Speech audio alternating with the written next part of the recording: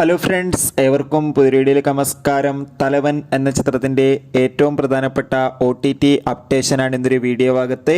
വീഡിയോയിലേക്ക് മുൻപ് video like ചെയ്യുക, ചാനൽ സബ്സ്ക്രൈബ് ചെയ്യാൻ വേണ്ടി ശ്രമിക്കുക.